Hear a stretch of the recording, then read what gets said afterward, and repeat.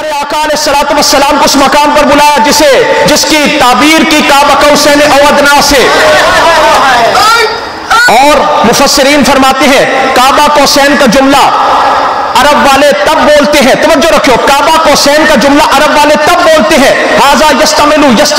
علی عادتنا، یہ جملہ عرب والوں کی عادت کے مطابق استعمال ہوتا ہے کب؟ جب دو سردار آپس میں صلح کریں، ایک ایک لیتے ہیں تیر، ایک ایک لیتے ہیں کمان، دونوں سردار ایک ایک ہاتھ رکھ دینے تیر تے، ایک ایک ہاتھ رکھ دینے کمان تے، دا مطلب کہ جدے نال تیری صلح او دے نال میری صلح، جدے نال تیری جنگ او دے نال میری جنگ۔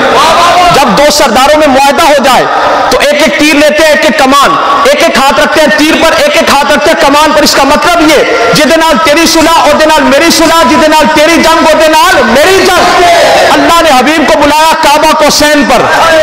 مقام کعبہ قوسین پر، یعنی رب یہ بتانا چاہتا ہے اے رسول صلح تمہاری ہوگی، امان ہماری ہوگی، تیر تمہارا ہوگا، کمان ہماری ہوگی، کلمہ تمہارا ہوگا، کلام ہمارا ہوگا، امت تمہاری ہوگی، امام ہمارا ہوگا۔ اے رسول تیرے